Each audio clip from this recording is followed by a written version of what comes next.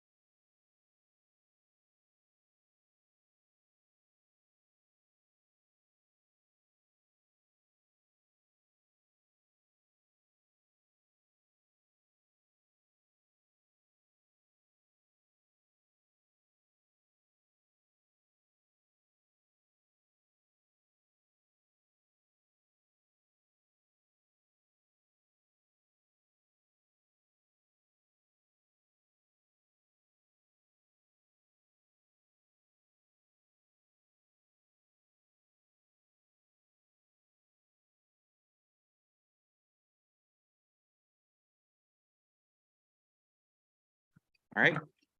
Today is December 21st. It is 6 o'clock. This is a regular town council meeting. I'm calling the meeting to order. Second item is Pledge of Allegiance. I pledge allegiance to the flag of the United States of America and to the republic for which it stands, one nation, under God, indivisible, with liberty and justice for all. All right. Item 3 is roll call. Tody, would you mind calling the roll? Counselor Seiler, Here. Counselor Clucci, Here. Counselor Shupe, Here. Counselor Katarina, I'm here. Counselor Hamel, Here. Counselor McGee. Here. And Chairman Anderson, Here. all present. Thank you. All right. Item number 4 is general public comment. Is there anybody in the room or online who would like to comment on anything that's not on the agenda? Not seeing anybody in the room or online. So moving on to item 5 is minutes from the December 7th, 2022 town council meeting. Are there any questions or amendments to the minutes? No? All right, can I get a motion? So moved. Second. Tody, can you call the roll? Sure. Counselor Seiler, Yes. Counselor Clucci, Yes. Counselor Shupe, Yes. Counselor Katarina, Yes. Counselor Hamel, Yes. Counselor McGee, Yes. and Chairman Anderson. Yes. That's unanimous. Thank you. All right, item number 6 is adjustments to the agenda. Is there any adjustments? All right, no. Item number 8 is town manager report. Tom? Thank you, Mr. Chairman. Tonight marks I guess, the final official report out on the status of the Comfort Inn. I certainly intend, to the extent that the matter lingers further, to provide further updates, but the council did direct at certain intervals, really every meeting, it seems, to update on where things stand. So let me start with that if I could. I believe just earlier this week, we did update the public agenda, the packet, with some additional materials. I do apologize. It's been challenging getting those materials on a timely basis, but I'll review some of them this evening for you. Certainly pleased to say that all guests have been served with a notice to quit. I say pleased in that that's what the transition plan requires. I don't mean to minimize the impact that it brings on the guests and residents there. But with respect to the transition plan and compliance with it, I think that's an important point to start with. And to be a little more specific, as of Monday this week, 46 of the total 69 units that exist at the Comfort Inn are either vacant or entered into a judgment agreement that will be effective as of January 3rd. So what that means is 23 rooms are still occupied. That accounts for about 40 different individuals, 8 of whom are children, as best as we can tell. And of those 23 rooms, 4 of them are scheduled for hearings tomorrow. And then the other 19, the balance, are scheduled for January 19th. So things continue to be in motion. I would, I guess, comment that and I'm pleased with the progress that they've made to date. They've had some challenges with scheduling through the court systems, and there have been some outside influences. You might recall at the meeting 2 weeks ago, I mentioned that Maine Equal Justice has made some inquiries, nothing materialized. I know the town attorney had some communications with them. And as part of that process, I was comforted that the legal counsel for the Comfort Inn again reaffirmed their commitment to the plan and to moving into a different development, a different scheme, if you will, back to traditional use. Some of the details in terms of calls for service, the chief has advised that November was actually a very high month, the second highest month they've seen. I can't explain exactly what was going on. I certainly, with all the eviction notices, I think emotions are high, and I think that may account for some of that. At the same time, he's reported that December is substantially less. I don't know what those numbers are, but he qualified it in that regard. And not surprisingly, as numbers are reduced, I think those calls for service will go down. During most of the fall, I'd say from October or so through now, the demand for fire and EMS services has really been fairly small. There were some high months through the summer months, but that has dwindled again, I think directly related to the number of residents on site. We also did room inspections. Chief Kinlan and his team were able to visit and all rooms. And he advised that some of them were in fairly poor shape, unsanitary conditions. But that 15 of those remaining 23 rooms are in satisfactory condition, using his term. Our social service navigator continues to provide daily contact and support to the residents. Between her, the school food service, and our VIPs, daily food service is still being provided for residents on site. And Lauren, to her credit, organized gifts for the holidays that were delivered today to the children that live there. So we're doing the best we can within our limitations. So very pleased really with how everyone has stepped up and risen to a challenging occasion. So just to recap it, back on September 21st, after almost 5 months of not granting a license to the establishment, this is an innkeeper's license, the council did with certain conditions. And I think I've reported to you in the past. I think we can clearly argue that at least one condition is not being met, which is the provision of social services on site. Liam and Lauren had done some research to see, could we actually step in and provide that? And what we found is that there really, even on a contract basis, we could not find a provider that could actually step in and provide that, given the unique need and kind of the short time frame. With respect to the security system, I believe I've reported in the past, they have reduced the hours. The chief of police was involved and has endorsed that. And it does appear to be working well again as numbers reduce. I think the need for that on-site security is commensurate. I guess the final thing I'd say, when the council passed the license, you also directed me to schedule a hearing to either consider suspension or revocation of the innkeeper's license. And that was really in the context of compliance with the transition plan. From my assessment, and I think the jury is still out somewhat, but so far I believe that they're making certainly good faith efforts to meet the deadlines and the benchmarks that they set for themselves. So at this point, I'm not in a position to schedule the hearing, but I would like to consult with council leadership. And I think it makes sense sometime after that 19th of January date to schedule a hearing. My sense is it would not be officially for either suspension or revocation. It will probably give the council enough leeway. We would word it such that it would be a hearing to consider possible suspension or revocation. And really that would be an opportunity for the hotel operator to be in front of you, for the public to hear, and for the council to ask questions and really understand where we are and where we're going. So again, I would like to consult with council leadership and schedule that sometime in late January, early February. I guess the final piece is the council authorized me to institute fines or penalties for noncompliance. And as I said earlier, I think we could we could lodge a defensible claim that there is noncompliance in at least one area. The reality of pursuing fines and penalties, we would first issue a notice of violation. That'd be through the code office. If we're successful, we could negotiate a consent agreement, possibly, that may have a monetary component. Failing that, and I think this would be the more likely outcome, we'd need to go to Superior Court to enforce that. So that's a fairly aggressive step, and I've chosen not to take that step, really in recognition of the efforts made so far, and not wanting to upset what I still see as forward positive progress.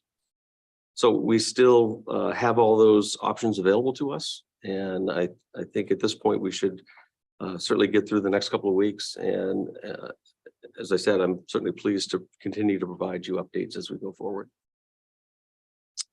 Perhaps I'll stop there and see if there's any questions from the council.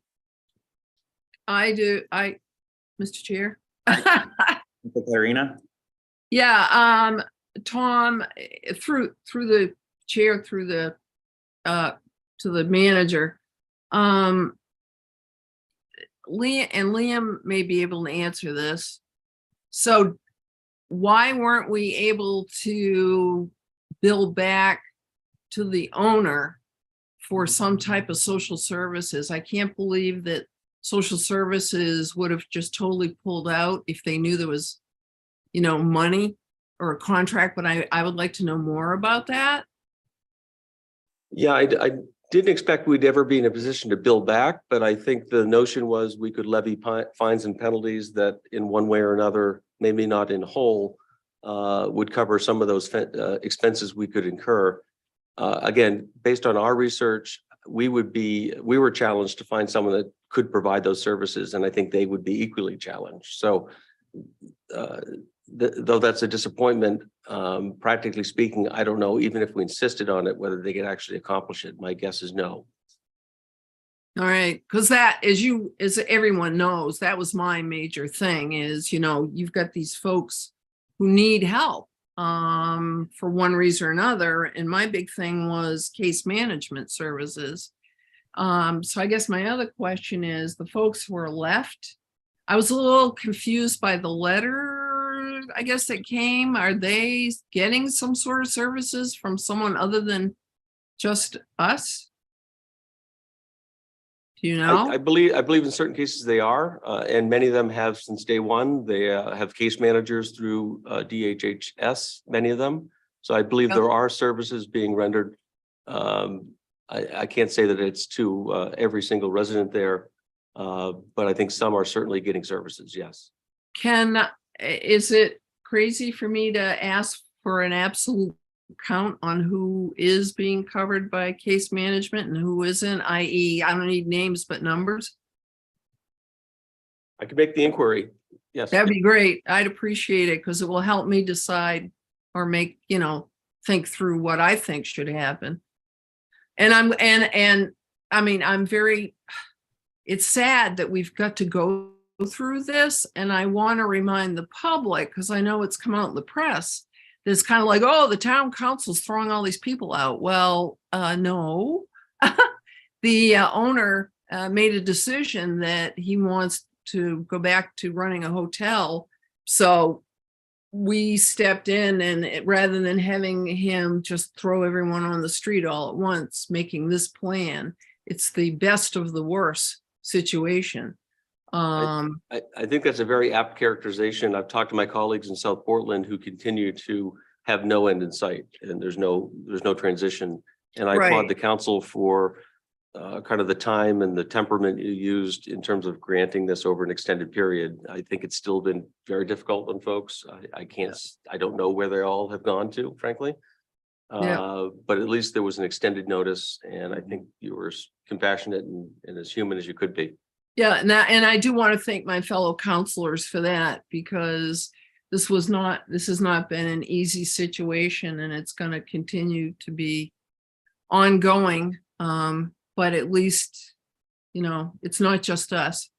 It's system wide. But anyway, that's enough. I don't want to take up any more of your time with that. Thank you. All right. Any more questions, Councillor Hamel?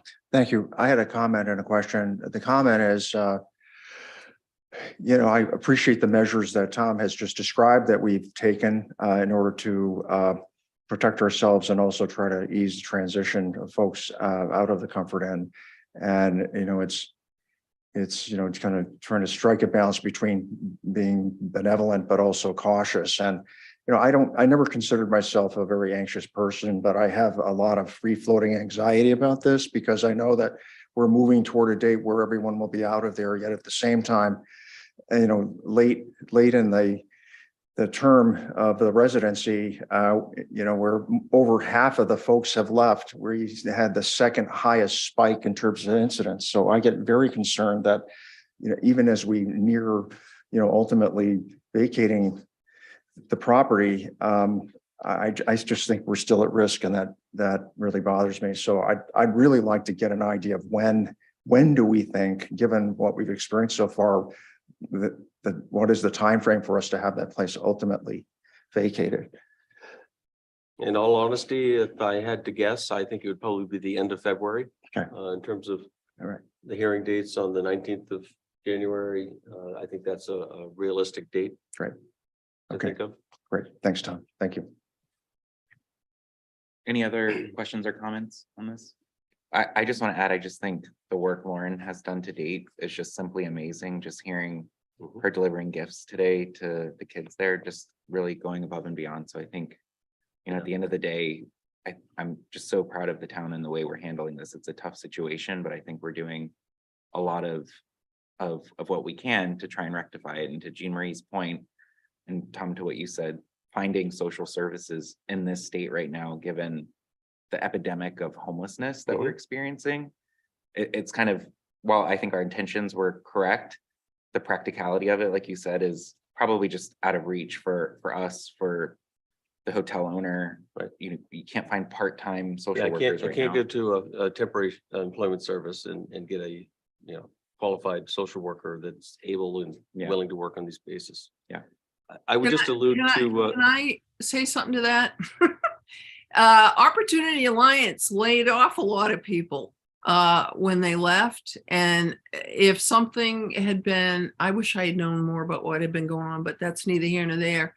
I wish that a plan had been made to keep a couple people on at the expense of the owner of the hotel. Because we knew those funds were running out. We knew the Opportunity Alliance, they depend, they don't work for free. I mean, these are people with jobs, but anyway, that horse is long gone out of the barn. But, there are social workers out there who would like to work and are looking for work, got laid off, but okay, that's it. well, just on that point, it's our understanding many of them were absorbed elsewhere in the Opportunity Alliance doing other functions. I will say in the last 10 days or so, we did hear from one of the persons that was previously a social worker for Opportunity Alliance.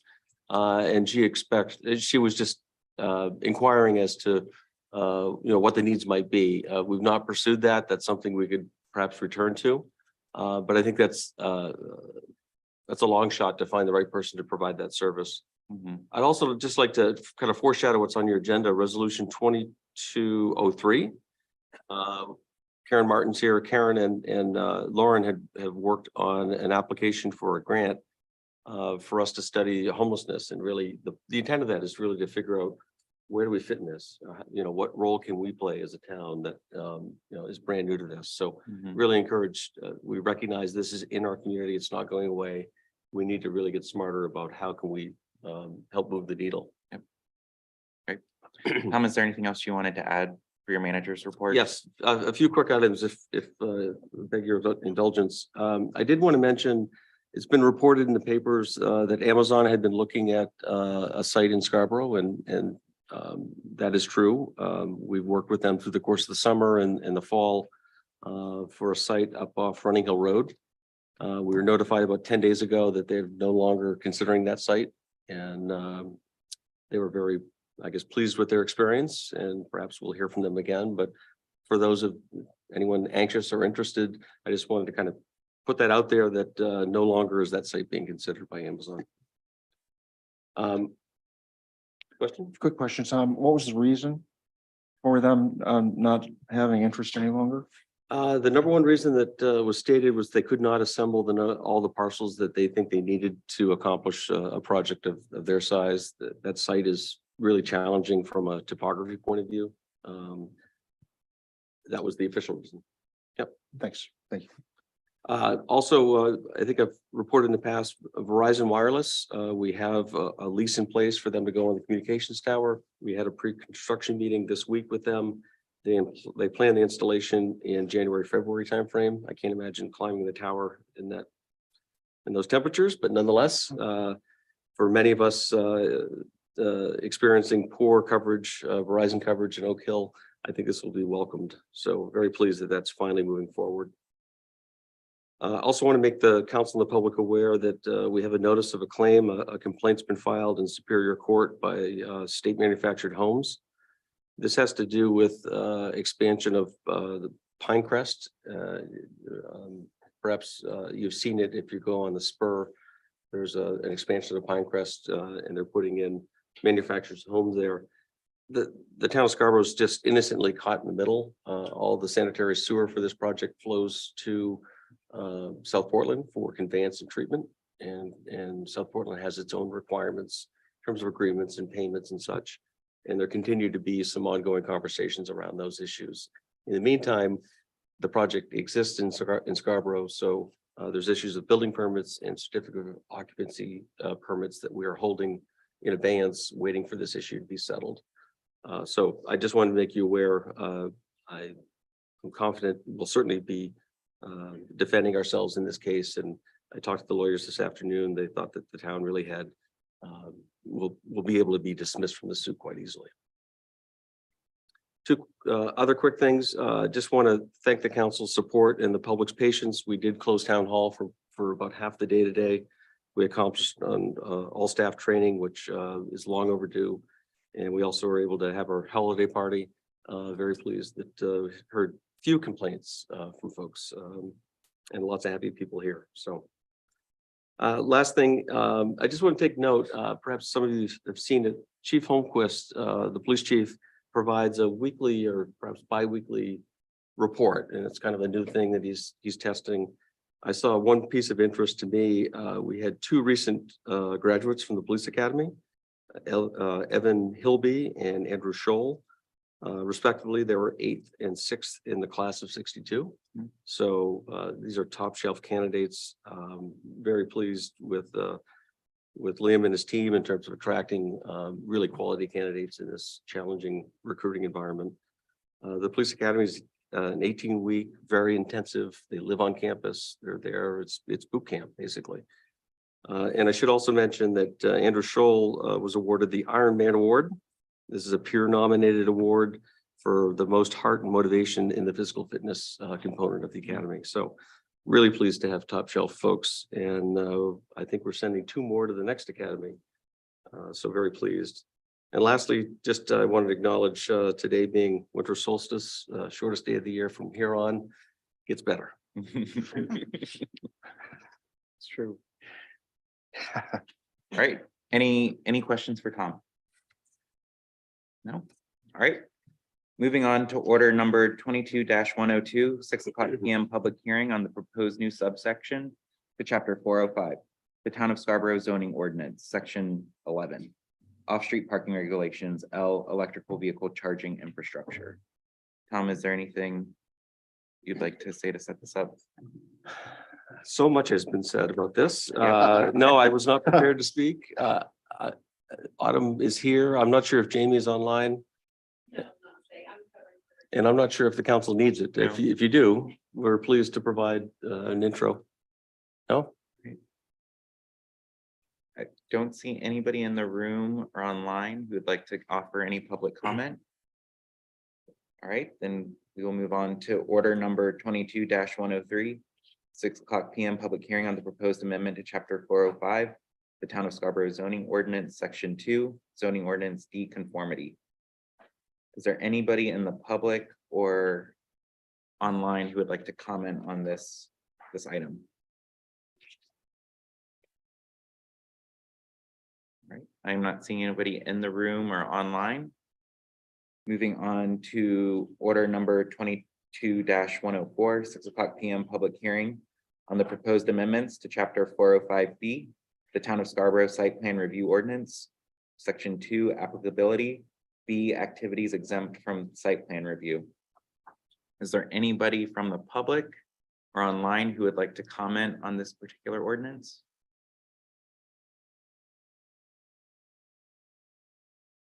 All right, I'm seeing no public comment. So I'm closing public comment, and next is order 22-112, 6:00 PM public hearing and second reading on the proposed amendment 5 to contract zone 5 proposed by Prime Mercedes-Benz on property located at 137 US Route 1 Scarborough. Is there anybody in the public who would like to comment on this item? I know we have the applicants here, so if there's anything you guys would like to share. Otherwise, if anybody in the room or online would like to comment. No? All right, so since this is a second reading, can I get a motion? So moved.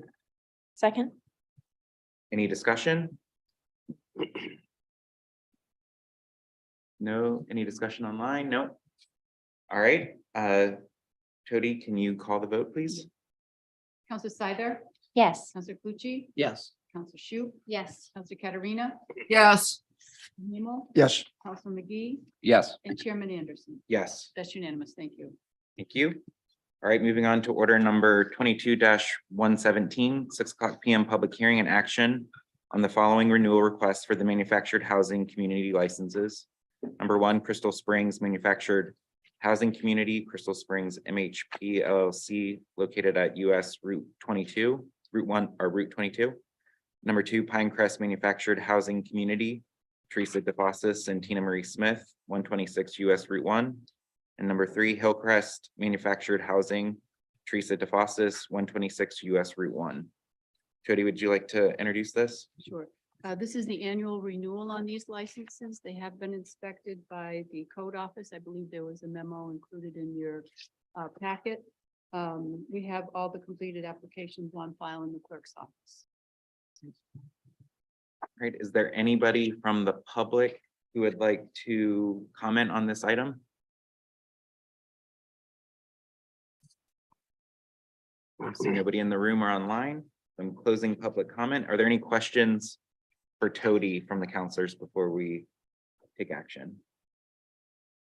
I would just note, as regards Hillcrest Manufactured Housing Community, staff does note that the final surface paving is not provided. That was a requirement of the planning board. This is a bit of a unique situation. This is private infrastructure. If it was public, we would have performance guarantees and security in place. We do not because it's private. Yet it is a planning board requirement. Staff has initiated contact with them, and I think over the course of the next several months, and certainly by the time you consider this again, we'd expect that would be remedied. And lastly, the Pinecrest, you'll note, the note that is in the memo alludes to this sewer agreement that I mentioned earlier. So this has been an ongoing matter. Councilor Pucci. So I guess that was my question. You kind of hit on it with Pinecrest, because they don't have an agreement with South Portland. We can still approve their license to operate a manufactured housing community, but you won't issue them a permit for or certificate of occupancy for the new units. Correct, until Until that they matter is satisfied. Resolve that. Okay. Yes. Yeah, we have a separate agreement that's longstanding, 30 years old, with South Portland for certain areas of town that our sewage flows through their town and is treated by them. And among other things, that agreement requires that basically we don't do anything until they're satisfied. And so we're waiting for that to get sorted through. We're not a party to it. We simply want to respect the agreement we have in place with them. Thank you. All right, can I get a motion? So move. Second. Any discussion? All right, I'm seeing no discussion. Jody, would you mind calling the vote? Counselor Scyther, Yes. Counselor Pucci, Yes. Counselor Shu. Yes. Counselor Katarina, Yes. Counselor Himmel, Yes. Counselor McGee, Yes. and Chairman Anderson. Yes. That's unanimous. Thank you. All right, next up is resolution 22-002, Act on the request from the Vet to Vet Maine organization in support of a community development block grant application on behalf of the Vet to Vet program regarding the possible creation. So Tom, would you like to? Yes, town of Scarborough is not I believe the term is an entitlement community such that we do not have direct access to federal CDBG monies. In our case, in most other communities in Cumberland County as well, Cumberland County is the recipient and they administer that grant program. Every year there is an open grant period and we're in that period. And on occasion, we will submit our own grant or more often than not sponsor others that they need a municipal sponsor. This matter has to do with the Vet to Vet program. In fact, a past council last year sponsored this grant, highly successful. I think there's materials in your packet that kind of explain what they do. And they'd like to seek another round of funding. And we have the ability to actually submit 2 different grants because they're in different categories. So this first one is again to help support, when I say support, it simply means sponsor. There's no financial commitment. But it sounds like a terrific organization and one that I hope the council supports. Are there any questions for Tom? No, I have a comment. Jean Marie? Yeah, I'm familiar with this program and some of the folks who work in it, and it's a fabulous program. They do a lot of really great things for veterans, and as it says, it's veterans serving veterans. So I'm very happy that we are pursuing a grant on behalf of this vet to vet program. Thanks. Do I need to put this on the floor for discussion? Yep, All right, please. can I get a motion to move this? So moved. All right, Counselor Clucci. Second. All right, any discussion? Counselor Hamel? Yeah, I just wanted to add some additional comments building on what Jean Marie said. We've been tasked with housing affordability and homelessness as a strategy for the council, with the obligation to try to develop some specific actions for us to help address this critical and complex structural issue. So I think that this block grant is a good start. Several things I like about it. There are funds dedicated to field assessment, to community outreach, to finding a policy specialist to assist them with developing strategies, as well as initial funding. So I think this is all very positive, and this is an area where we probably have struggled so far in trying to deal with this matter. My only question at this point is, what do we anticipate the longer term commitment might be in terms of funding and management? Counselor Hamel, I just want to make sure we're on the vet to vet meet or. Oh, I'm sorry. Vet to vet I'm one. ahead of myself. Save the question for the next one. Thanks. I'm sorry. Any other discussion on this one? No, I think as Jean Marie said, this is great. It's great to see. We did approve something like this for vet to vet Yes. in the past, and just knowing that, hopefully we can get more resources to help take care of our veterans in our community is something that I'm very proud of that the town is pursuing. So best of luck in the application process. Yeah, what this means is it simply is an application among dozens, certainly, and then there's a vetting process to see who qualifies. Given their past receipt of grant funds, I suspect they'll be successful. They hope. Great. So Cody, can you call the roll or the vote? Counselor Seider, Yes. Counselor Clucci, Yes. Counselor Shu, Yes. Counselor Katarina, Yes. Counselor Hamel, Yes. Counselor McGee, Yes. and Chairman Johnson.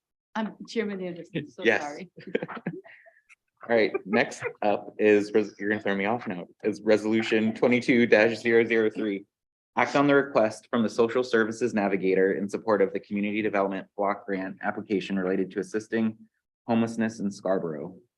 Tom, is there anything you would like to add for this? I don't know if Lauren's Lauren's not here, Karen's here. I think the pre-application kind of gives a very good synopsis. It really, we don't know what our entry point is and where we can kind of make a difference here. So this is really helping us kind of assess and document the extent of homelessness in our community and really start to understand what are some strategies we can consider locally to help advance, not advance, but to address the challenge.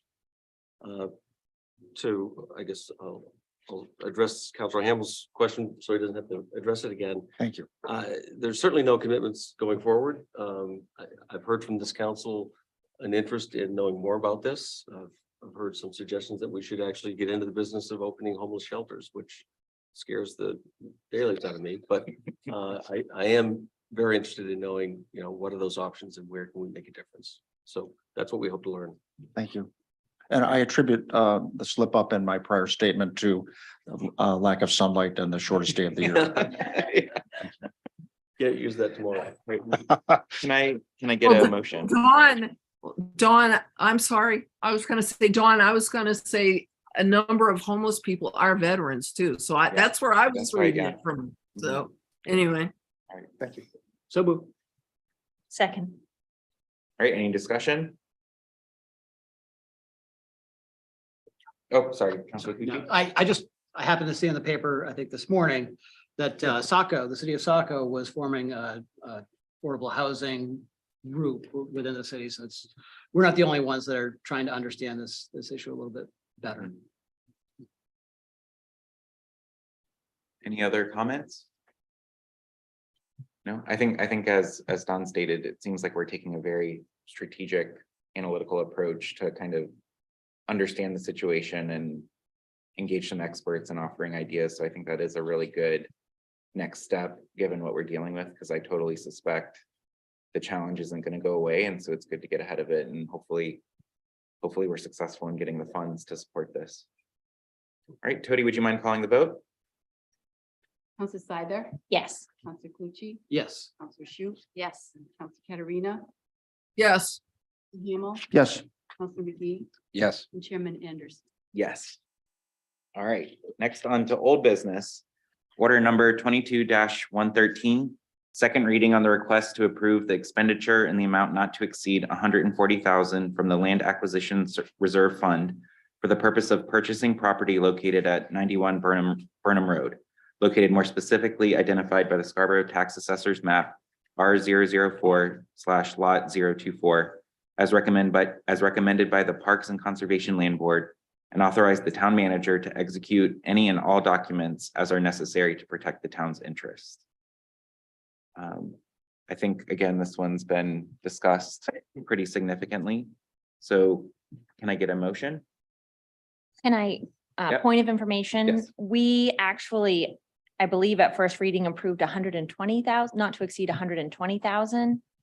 Was it not approved? Oh, no, by all means, Tody, please. I believe it was 160 that we Oh. modified.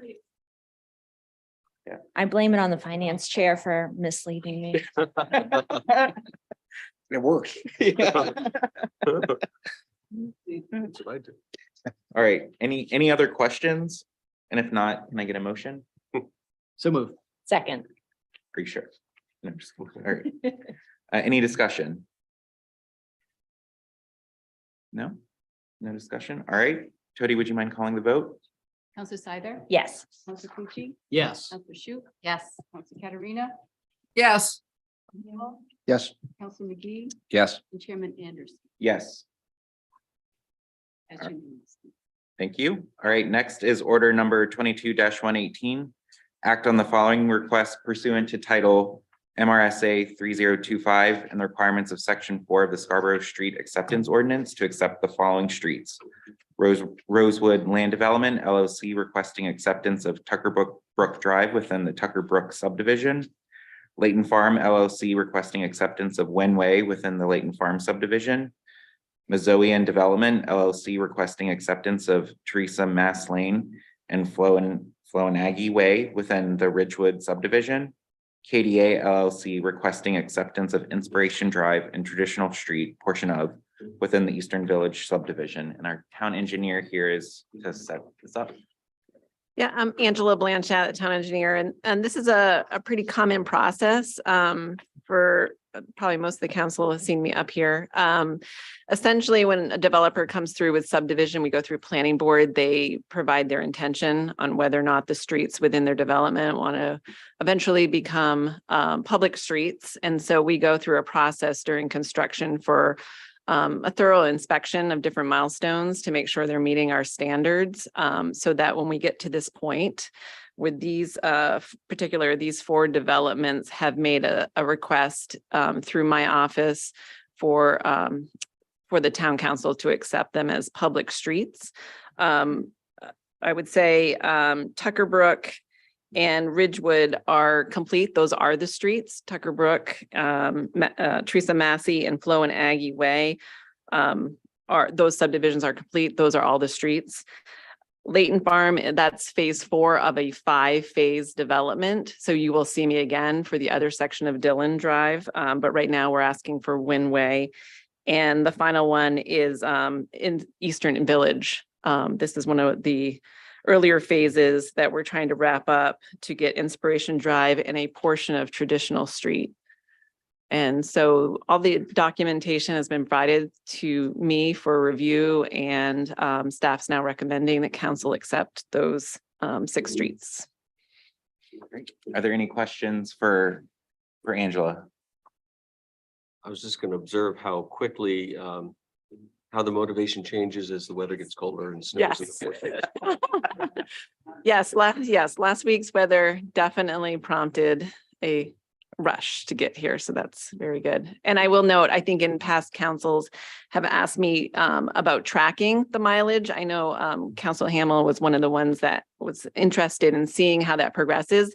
I do have spreadsheets, and each year we probably accept about 2 miles a year, I would say, just because a lot of the development now is very dense. So our streets are shorter. They're just more complicated to plow, I think, so they take a little longer. So you'll see that lane miles get not increased substantially, but it does also take time and effort for Public Works to do these smaller condensed developments. So just wanted to point that out.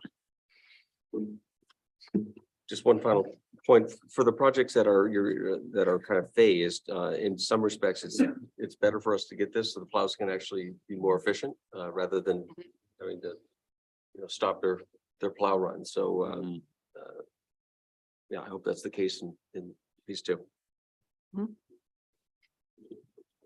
Great. All right, can I get a motion? So move. Second? All right, any discussion? Councilor Pucci? Good work. I think in the past couple of years, we had some of these where we're 10, 15 years old coming to us, and these all seem pretty fresh. So good job keeping up with it. Yeah, just if I could, Angela is the unsung hero. This comes to you kind of at the final stage, and it's all clean and buttoned up, but I can tell you it is very difficult getting to the stage. And to her credit, she will not let anything slide. If it doesn't meet the requirements, it's not in front of you. So you can have comfort in that regard, but also appreciate the work it takes to get to this point. All right. Tody, can I get a vote, please? Counselor Seider, Yes. Counselor Clucci, Yes. Shoot, yes, Counselor Katerina, Yes. Hamel, Yes. Counselor McGee, Yes. and Chairman Anderson. Yes. Unanimous. Thank you. All right, next is item 9, non-action items. We have no action items, non-action items today. Item 10 is standing and special committee reports and liaison reports. Appointments, negotiations, committee recommendations for posting to the various committee/boards. We'd like to do that before we open up to other committee comments. Counselor Hamel? I'm just going to go ahead with a little intro here. So this is the first notice of recommendations for appointments from the December 5th regular monthly meeting of the Appointments Committee. This was the last meeting in which I presided as committee chair. So that's the reason that I'm doing this update. No action is required by the town council this evening. In the past, the Appointments Committee has simply read names into the record as a first notice. So in the interest of time, I'm going to not do that this evening and we'll refer you to the agenda packet. And I actually want to give credit to Councilor Clucci, who suggested that it might be a more thorough notification process if we actually were to post the names rather than just reading them in the first notice and only providing them in writing at the second notice and vote. So John gets credit for that. A second notice and action item by the town council to approve these recommendations will complete the appointments process. And again, the duty of the committee is to make recommendations. It's the responsibility and the domain of the council to make the appointments. Current committee members whose terms are expiring this year will continue in those roles subject to the recommendations we're posting this evening and future committee staffing and town council actions. The next appointments committee meeting is yet to be scheduled, but it will be in early January. In the past, the committee has met on the first Monday of every month, but we're still working to try to confirm those dates. We also are awaiting guidance from legal and town staff regarding timing and next steps and potential revisions to the process, including potential use of executive session. The appointments committee will be reviewing this and other potential enhancements to the staffing process with the council and other committees as necessary. Thank you. Any questions or comments for Counselor Hamel? Counselor Clucci? So I was new through the process. I've actually had the pleasure of not being very engaged with appointments and negotiations in the past. Can you help, I guess, other counselors who may not have been so close to it understand what is your process for how you evaluate renewals or vacancies? And how does it get to this point, I guess? We'll generally rely on staff support from the town clerk, Jody Justice. We ask for applications. We review them in committee for various appointments. And there's a discussion about the merits of the candidates. And from that, there generally is a recommendation and the committee votes on it. There are 3 members in the committee. And to be honest, I can't count on, I can count on one hand the number of times there have not been unanimous recommendations from the appointments committee in terms of candidates to fill positions. So the criteria includes, past service and also qualifications that may be pertaining to particular committees. There's some specialized committees that require, some level of experience, like planning board and the zoning board. It's helpful if people have had some background with that, either as applicants or also, practitioners. But we also have members, on those committees who are just directly from the community. So it's a combination. So it's more of an art than a science. And I know that's troubling to Councillor Clucci, but that's a fact. I have no issue with that. So I think we're all working on the same objective, and that's to try to improve the process. So we have a little more work to do, and I look forward to that. So that's how I would describe it. And I just like to, so there are a lot of names. I don't know exactly how many, but we have a lot of committees. We have a lot of people that either term out every year or, move out of town. I don't know. It's a full page, small print. It's got to be over 50 people that are coming to us. But I also wanted to acknowledge that there's, some longstanding members that have been part of different committees that are not included on this recommendation. And through talking with Chairman Shoup and Councillor Hamel, I understand there is a desire for the committee to work through those as quickly as possible. And I'm on the committee, so I will have a voice there. As somebody who wasn't on the committee before, though, and making a decision as a counselor, I guess if we're contemplating non-renewals, the people who've been serving deserve, for that matter, to be handled with dignity and respect. And that's, I guess, for me, that's very important right now. That doesn't mean there's never a reason to do that. Sometimes there is. And I think we're kind of fortunate we haven't had to for quite some time. So I guess, going in, I'm fully supportive of the committee working through these final batch of recommendations. And I just hope that we can treat everybody who served the community for a number of years with dignity and respect. And those are fair points, and I agree with them completely. Yeah, and I would just want to extend, if we need to, again, as Councillor Hamel mentioned, it's ultimately up to the full council to vote and support the different committee the recommendations that come out of the committee. So if that's something that the committee feels strongly they would like to do to try and get these vacancies filled as soon as possible, because I do not want to see them linger much longer. And so whatever the full council can do to help expedite that, let us know if that's an option you want to take. But I'm fully supportive of letting the committee work through this up to this point. But the council is here if there's a need for an executive session or any other activity that the committee would like to recommend. Counselor Scyther, I'll yield to Counselor Katarina. sorry, Counselor Katarina. That's all right. I wish I could be there with you guys, but I didn't want to contaminate all of you. I don't know if Thank you've you. heard my story. Yeah, as you all know, I'm real concerned about what's going on with this process. And so I'm not going to, rehash that per se, but I feel very strongly that, the committees had these names, they put forward a whole slate here, didn't act on people who have served this community really well for a really long time. I haven't heard any, well, there was hearsay and whatnot, but that being what it may, I would like to suggest that rather than having these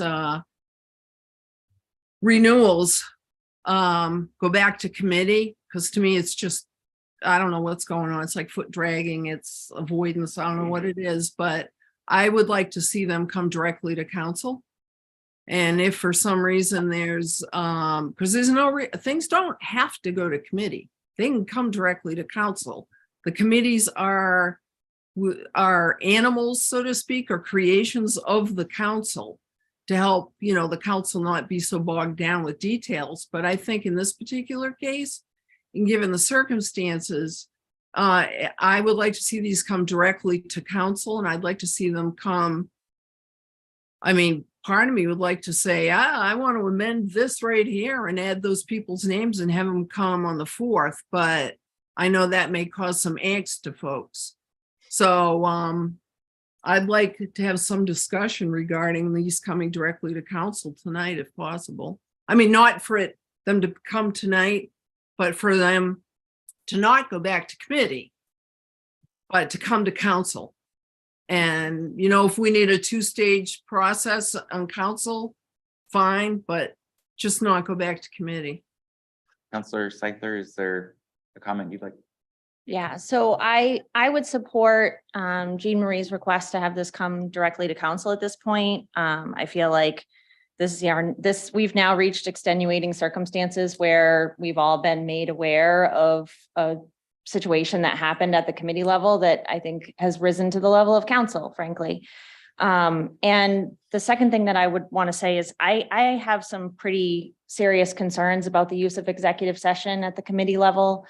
And so as the committee works through how you're going to conduct business or work your way through, whether that's developing protocols or whatever it is that you guys decide as a committee, I know that there will be good communication with the council. I'm not worried about that. But I feel like this was the opportune time to tell you that I do have concerns about the use of executive session as a committee. So.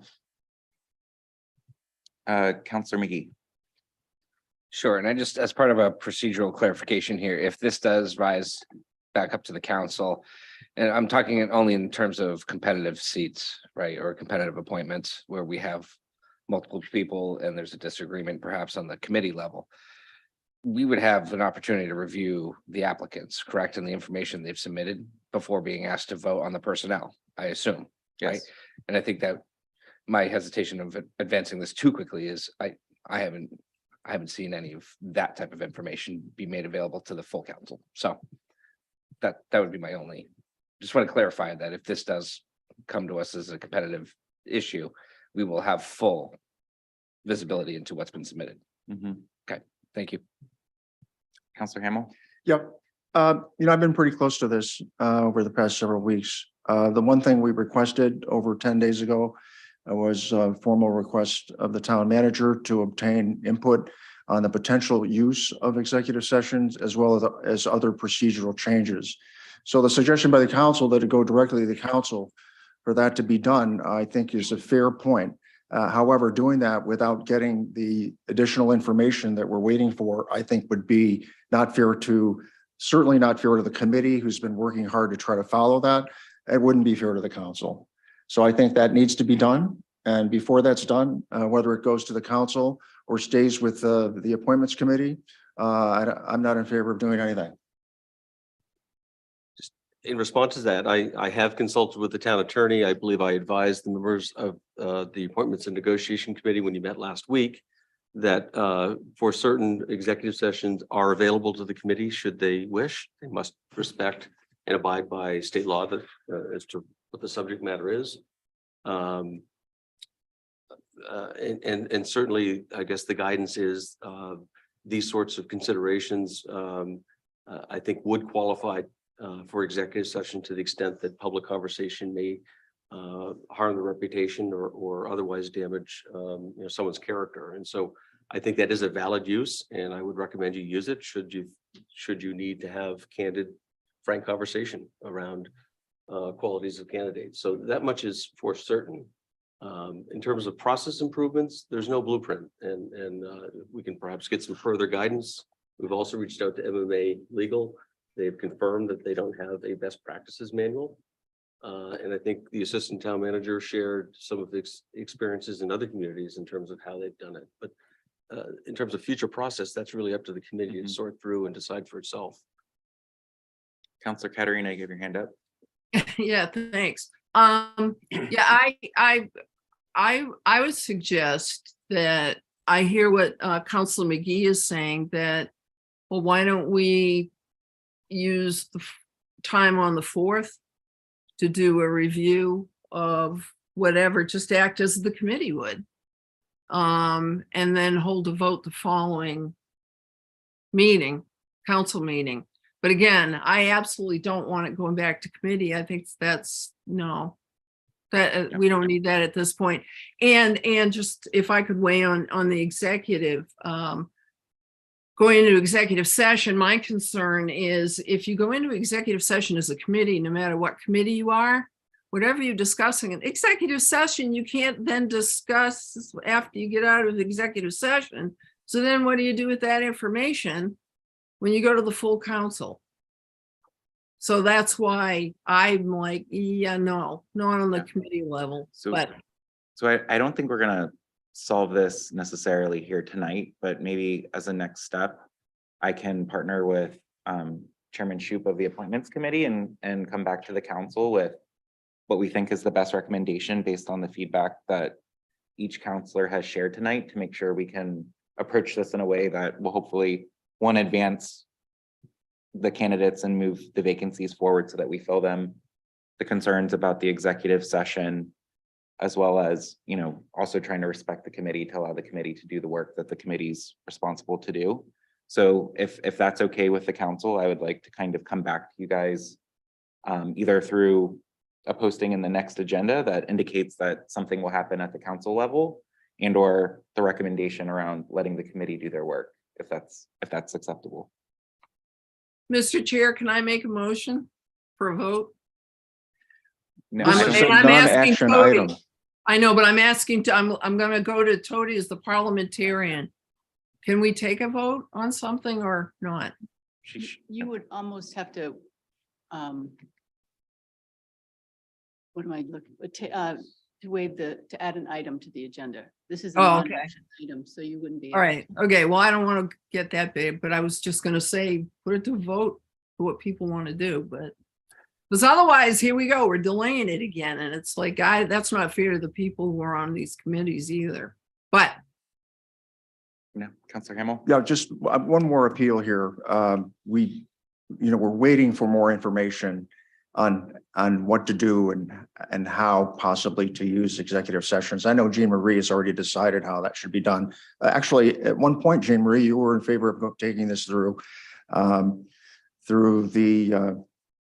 the Rules and Policies Committee, or possibly even the Ordinance Committee. So, I mean, jumping from that all of a sudden to just saying the council is going to get involved, I think, these are procedures that I have a hard time believing even you would support. So I'd suggest we get more the data. We've already gotten data from MMA. We're waiting on legal data and more direction on the use or not the use of executive session. I just say let's fold that in to make sure we fold that in before action comes back in terms of what the council step should be. I think that's something Councilor Shoup and I can take into consideration to figure out what's the best path.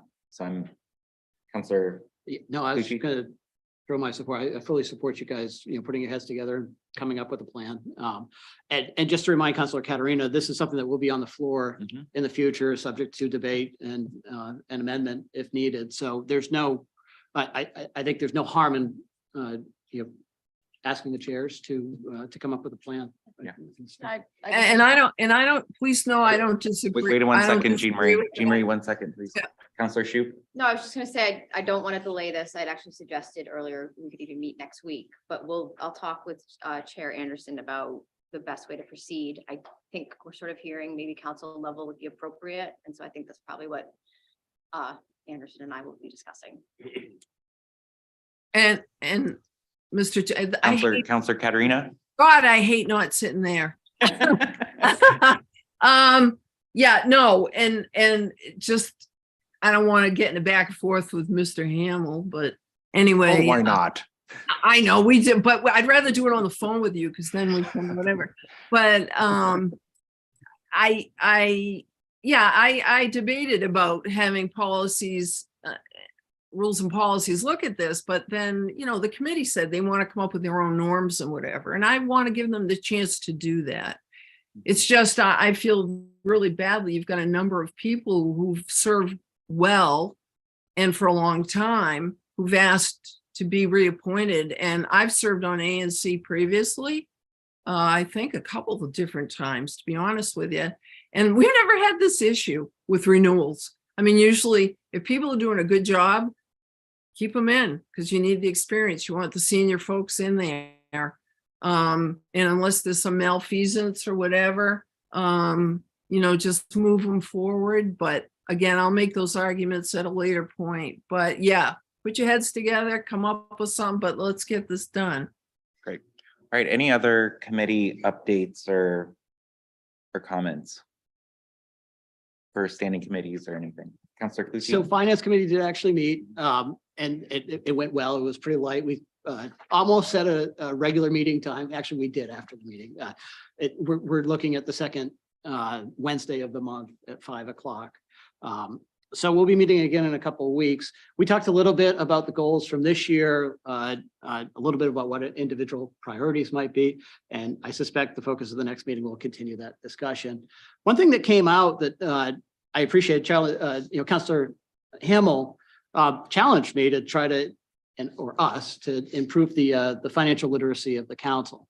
And I took that to heart. I hope to start today, but I was bogged down, so I'm not prepared. But I've got to use some time during councilor comments to try to, one at a time, hit some financial topics and see if we can get greater clarity into them as a council. So you can try to hold me to that next meeting. Can be a goal. Yeah. All right, any other, I can give a Counselor Seither? quick one. Comms is kind of set on autopilot right now, which thanks to Counselor Anderson's leadership on as the previous comms chair, we were able to kind of set it on autopilot. We have lined up Counselor Clutie and myself for the next 2 Counselor Corner articles. And so those are all set. I will be reaching out to committee chairs to get a little maybe 2 or 3 sentence blurb about what your committee does and if you've established your meeting time. So hopefully by the middle of January, each committee will have established their meeting times just so that we can kind of put that out to the public. If you have a standing meeting time, that way there's some predictability there. But other than that, nothing from comms right now. All right. Counselor Hamel? Yeah, sorry to labor on here, but I have 2 updates from the waterfront committees, from Coastal Waters and the Harbor Committee. The council voted unanimously on November 9th to repeal and replace the Coastal Waters and Harbor Ordinance. So the Coastal Waters and Harbor Committee plans to finalize the fee schedule at their next meeting on January 10th. This includes mooring fees. Moorings are assigned for the summer season, typically in March. And the committee will review final fee schedule changes at that meeting, as I mentioned, for subsequent ordinance committee and or town council review in January, February, in order to be on time before the moorings are assigned. The fee schedule reflects the need for us to bring the fees into line with market rates from neighboring towns with harbors and to have additional funds available to help defray the costs of operating and maintaining the pier, the parking lots, and the launch facilities down at the point. Additionally, the committee, in conjunction with the Shellfish Committee, is working to coordinate a meeting of the relevant parties who measure and monitor the health of our waters, wetlands, and beaches. Marvin Gates has obtained the help of town staff to organize this. I know Angela Blanchett is going to be joining us. It will include the participation of the Maine Department of Marine Resources, the town engineer, as I mentioned, the Sustainability Committee and the Conservation Commission, as well as the Sanitary District and others. And the goal of the meeting is to determine who currently makes measurements, what they measure, why they measure it, and what does it tell us about the health and viability and productivity of our commercial and public uses of our waterfront and related areas. And the Shellfish Commission also met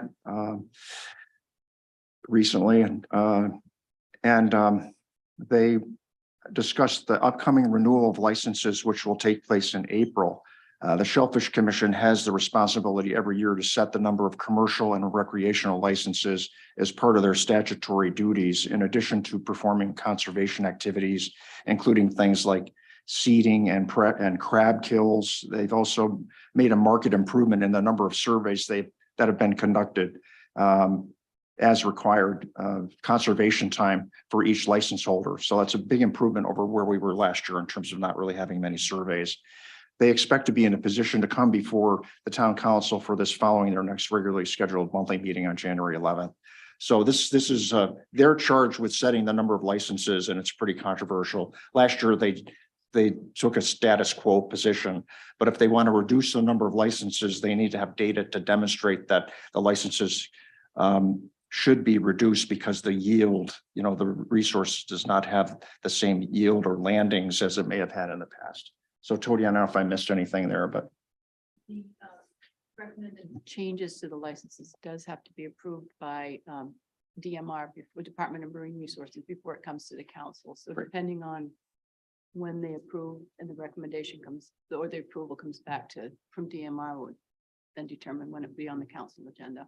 So it'd be helpful for me if you just give us an idea of when you ideally would like to see them, or when they should come before the council for that. It should be by the end of February. Okay, so they've got to do the DMR filing before the, That's okay. correct. Thanks. Thank you. Any other committee updates? So I have a couple things. So first is a friendly reminder that the town manager evaluations are due to Liam by Friday. So if you haven't done that yet, please make sure to get that to him. We have our goals workshop scheduled on the 14th of January. That's going to be a Saturday. We're going to start at 9 a.m. I sent out some homework. Merry Christmas to everyone to just prepare for that. I thought giving people some areas to focus and come prepared with another counselor to partner and offer up some creative goals for next year. Not necessarily meaning we're going to do everything, but at least have some thought starters that we can all kind of dig our teeth into and refine. I tried to think of areas that either align nicely with your committees or areas of interest or expertise. So hopefully the ones you got assigned are ones that you have strong opinions about, and we'll come forward to our goals meeting with some really good ideas. We're also going to talk a little bit about establishing a team charter, which I think some councils in the past have done, which is really defining what are the right operating norms we as a council want to try and follow and hold ourselves accountable to as we partner together. So we'll spend a little bit of time on that as well. As Tom mentioned, he shared his update on Comfort Inn. If there's anything anybody has in terms of questions or things, or a desire to potentially advance that a little bit further than we have at this point, let me know. And Dawn and I will talk with Tom at a later date to see if there's other things that need to be done. And then last but not least, we came to this meeting, Nick and I, from a GMO discussion. Autumn has done such a phenomenal job, and Karen, reaching out to all of the committees. I think we probably got over 100 participants from all of the committees participating in our GMO questionnaire to try and really understand the committee's feedback. One thing I think I've observed in this is that when we go to the committees with something and we ask, we're gonna get good feedback. And so I think it was just a phenomenal turnout, and Autumn shared with us kind of her preliminary assessment of that feedback, which was really great to see today, which we'll try and figure out where we get a workshop with you guys in the future so that you can kind of see the outcome of all of that feedback. in addition, like we're starting to just brainstorm a little bit, some paths forward around how do we, where do we want to focus in updating the GMO based on that feedback to date. We also do plan to do a developer meeting, likely scheduled on January 10th, to get some feedback from the development community. It would be nice if we could try and orchestrate a counselor corner potentially to share some of the rough draft ideas with the public and get some feedback there potentially in January. But again, I think a lot of good ideas coming together that I'm hoping sometime in January, February, we'll be able to share more broadly with the council where that's all kind of starting to converge to get a pulse before we submit something in April. I don't know, Councillor McGee, if there's anything you want to add. Was that a nice summary? You did what? Good job. Great. All right. So moving on to item number 11, member comments. Are there any comments, Councilor Katarina? Yeah, I have a couple things. First of all, in this time of giving, please don't forget the heating assistance program through Project Grace. We have the bags in the for Clink in the office in front of the clerk's office. So if people would pick those up, turn them back in, that'd be awesome. Also, another gift giving idea is Scarborough Land Trust. We have so much, concern about growth in town. Well, help us conserve areas that need to be conserved. And I think people forget about that. And then the last thing there's a really bad storm supposed to be coming Friday. So I just wanted to remind our constituents of that and remember that, if it gets really bad, emergency services, they work all the time and we thank them for that. It's not the best time for a good storm right before Christmas weekend, but hopefully things will be good, but make sure you're prepared as a family. And I wanted to wish everyone a happy Saturnalia. For those of you who took Latin, I'm an old Latin teacher. The solstice, which is today, would have been a big party day in ancient Rome.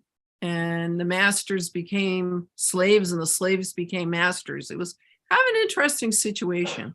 We used to have fun with that in Latin classes. And finally, last but not least, happy holidays to everybody. And again, I'm sorry I couldn't be there individually to see you guys, to wish you all a happy holiday, but that darn COVID's still around. And my family members, so they're bringing me gifts or trying to bring me gifts early. So anyway, thank you. All right, thank you. Any other councilor comments? No? All right, well, I just want to wish everybody, both on the council and town staff and the public, happy holidays and a happy new year. And, don't forget to do your goals homework. All right, can I get a motion to adjourn? So moved. Second, Tody, would you call the vote? Councilor Sider, yes. Councilor Pucci, Yes. Councilor Shu, Yes. Councilor Katarina, Yes. Councilor Hamel, Yes. Councilor McGee, Yes. Chairman Anderson. Yes, thank you. Unanimous. Thank you.